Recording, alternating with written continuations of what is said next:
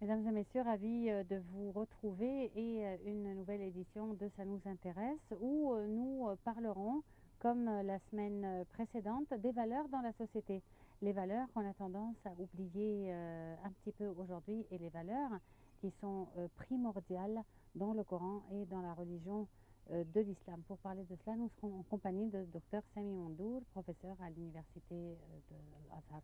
Alors, Dr Sami, on avait parlé la semaine précédente justement de l'essence de l'islam qui est la paix dans la société, et cette paix qui ne peut se réaliser que quand les personnes se comporteront d'une façon correcte, adéquate et respectueuse envers les autres. Je voudrais donner aujourd'hui l'exemple du prophète, à lui bénédiction et salut, comment il se comportait avec son entourage. Alors, on voudrait parler tout d'abord de son comportement à la maison, avec ses femmes, avec ses enfants. Comment se comportait-il? Là, vous avez un hadith très expressif, comme on dit. Parce que le hadith dit كان رسول الله صلى الله عليه وسلم في خدمة أهله. C'est-à-dire, le prophète était au service des siens. Et dans un autre hadith aussi, donc nous allons parler de hadith et ensuite on doit essayer d'expliquer. خيركم خيركم لأهله وأنا خيركم لأهله. Donc le meilleur d'entre vous est celui qui est meilleur envers les siens. Et moi, je suis le meilleur envers mes siens. Donc là, donc, nous sommes, parce que nous avons déjà dit, le premier pas pour avoir une bonne société, c'est avoir une bonne famille. Une famille solide. Une famille bien bâtie, comme on dit. Une famille où l'on enseigne les grandes valeurs. Puisque si cet enfant doit être le jeune de demain. Et le jeune de demain va être l'adulte de l'après-demain. Et va être l'homme de l'année prochaine, si je peux dire. Donc là, la maison, c'est la première cellule de la société. Et donc là, c'est pour cette raison, le prophète sallallahu alayhi wa sallam a essayé de nous poser certains principes chez nous, dans la maison, dans nos foyers. Et même le Coran le dit. Le Coran,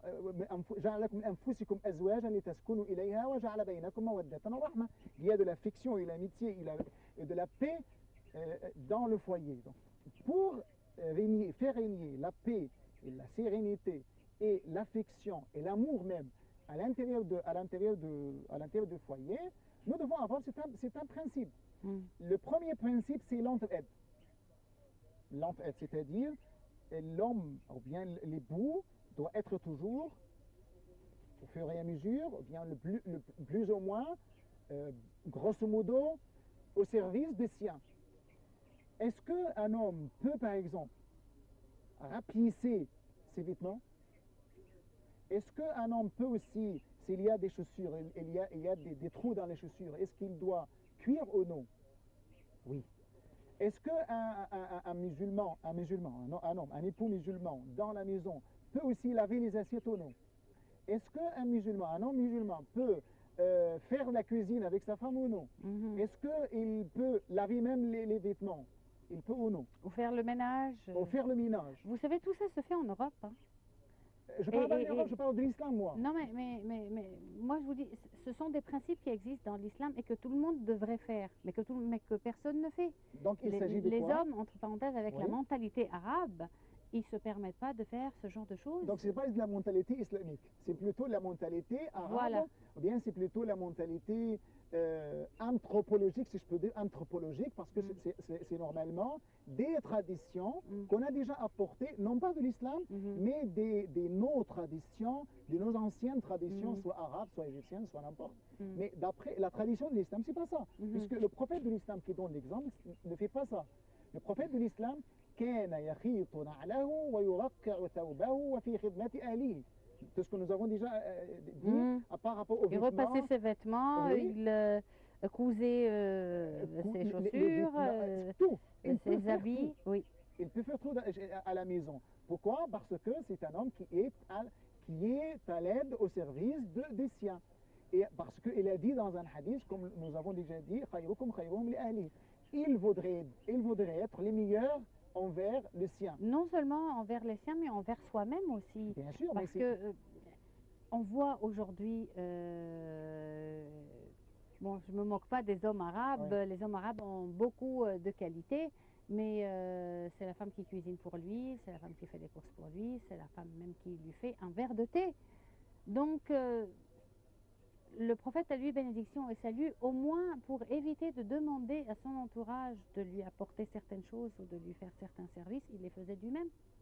Oui, bien sûr, il le faisait. Non, Pour nous ne avons pas déjà- fatiguer son nous entourage. avons même Non donné seulement des leur rendre exemples. service, mais aussi pour éviter de les fatiguer. Nous avons donné des exemples. Oui. Et donc là, tout ce que l'homme peut faire chez lui à la maison, il peut le faire. Mais s'il est, par exemple, il est si occupé qu'il ne puisse rien faire à la maison. Il travaille toute la journée, il vient, par exemple, au soir pour se reposer. S'il peut faire quelque chose, qu'ils doivent le faire, d'après le hadith du prophète. Donc c'est relatif d'après chaque maison. Mais reste le principe, il est toujours que, le principe est toujours que un musulman doit être le maximum possible au service des siens, comme le prophète sallallahu alayhi wa sallam le fait. Et qu'est-ce que vous dites aux hommes aujourd'hui, docteur, qui rentrent très tard chez eux à la maison, une fois que Mais les pourquoi ils enfants rentrent trop tard? parce qu'ils travaillent? Parce qu'ils travaillent, Bon. entre guillemets. Entre guillemets, de toute façon, la femme ne l'accompagne pas et ne sait pas ce qu'il fait, mais aujourd'hui, on voit dans beaucoup de foyers l'homme qui rentre très tard à la maison, les enfants qui ne le voient presque pas, parce que il est au travail. Est-ce que ça, c'est son devoir, son devoir premier, c'est quoi? Normalement, il y a des devoirs et des droits. Et les droits et les devoirs doivent être plus ou moins équivalents. Et moi, en tant que père, ou bien en tant que responsable de foyer, en tant qu'homme, par exemple, je suis responsable de deux choses à la fois. Premièrement, je suis responsable de la prise en charge de mes siens, de la prise en charge de ma mère, de ma Prise femme. en charge, vous voulez dire matérielle ou Prise bien en charge d'abord vous matérielle. parlez spirituel? D'abord matériel, d'abord matériel. Ça n'exige pas qu'il soit à la maison. De quoi manger, de quoi boire. Oui. Il y a ensuite la deuxième responsabilité, ce qu'on appelle la responsabilité spirituelle. C'est ce qu'on appelle l'éducation. C'est-à-dire, je dois être présent, plus ou moins, je dois être présent pour corriger, pour changer le comportement, pour inculquer certains principes, pour corriger certaines fautes, pour poser certains principes, pour éduquer mes enfants et pour gérer les affaires de mes enfants, pour donner des idées justes à mes enfants. En tant que père, par exemple, je peux accompagner mon fils, par exemple, pour rendre visite à quelqu'un d'autre, pour lui inculquer la valeur des parentés de parenté, la valeur de fraternité, la valeur de l'affection, de l'amitié entre les gens. Donc c'est un signe. Je peux aussi habituer mon enfant à ne pas mentir. Disons par exemple, si le téléphone sonne, par exemple, et je suis à la maison, je peux dire à mon enfant, dites à lui, mon père n'est pas là. Et donc là, au moment où je fais ça, je commence à apprendre à mon fils à mentir. Et là, c'est catastrophique.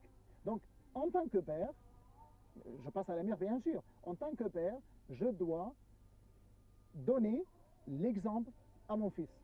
Comme le prophète pour nous, c'est un exemple. Et moi, en tant que chef de foyer, ou bien père, je dois aussi donner l'exemple à mes enfants. C'est pour cette raison, le prophète a dit, a demandé aux pères en général d'apprendre à leurs enfants dès l'âge de 7 ans de faire la prière. Par exemple, مروهم بالصلاة ل7 واضربوهم عليها ل10 وفرقوا بينهم في المضاجع. C'est-à-dire, le prophète nous a dit, à 7 ans, l'enfant commence à être quelque chose. Donc, que vous devez faire, tout ce que vous pouvez faire pour éduquer vos enfants. Et d'abord, ce que vous devez faire, c'est quoi? Demandez à vos enfants de faire la prière. Puisque c'est le premier acte que nous devons faire à Allah subhanahu wa ta'ala. Et c'est l'acte qui doit m'aider à faire aussi les bons actes. Donc, petit à petit, je commence à habituer mes enfants, moi en tant que père. Mais aussi, c'est aussi la responsabilité majeure et catégorique de la mère. Puisque normalement, la mère prend beaucoup de temps. La mère doit aussi jouer un rôle très important. Si le père joue un rôle très important dans l'éducation de ses fils, dans la prise en charge matérielle et spirituelle à la fois, donc la mère aussi doit jouer un rôle très important parce que c'est elle qui est toujours à côté de ses enfants. Et surtout s'il ne travaille pas, elle est toujours à la maison, elle est toujours à côté de ses enfants. C'est elle qui doit inculquer le plus de valeur à ses enfants. Donc elle a aussi une responsabilité majeure, quelquefois plus majeure que l'homme. Puisque l'homme, il est à l'extérieur, on le dit quelquefois, l'homme est responsable des affaires extérieures et la femme est aussi responsable des affaires intérieures. Mais de toute façon, nous devons faire un acte complémentaire. C'est-à-dire, nous devons avoir une certaine complémentarité entre ce que l'homme, l'époux, fait et ce que la femme peut faire aussi. Puisque sans cette complémentarité, on ne peut jamais arriver à réaliser une bonne éducation. Parce qu'il y a quand même, nous ne devons pas avoir ce qu'on appelle une contradiction entre ce que le père inculque et ce que la mère inculque. Et quelquefois, vous trouvez une mère qui essaie de corriger une faute de son enfant, et en même temps, c'est le père qui dit autrement. Là, on doit avoir une certaine entente, un certain accord, une certaine complémentarité en ce qui concerne l'éducation des enfants. Donc, si par exemple, la mère a corrigé, donc dans ce cas, je dis, le père ne doit jamais reprocher à la mère de faire telle sorte. Donc après, s'il a vu quelque chose, par exemple, donc après, il peut essayer de parler d'une façon gentille à son épouse pour lui dire, il faut dire. Donc nous devons avoir une certaine entente à l'intérieur du foyer, une certaine complémentarité dans le travail éducatif avec les enfants. Comme ça, basé sur un accord commun entre basé sur basé sur la consultation. Oui.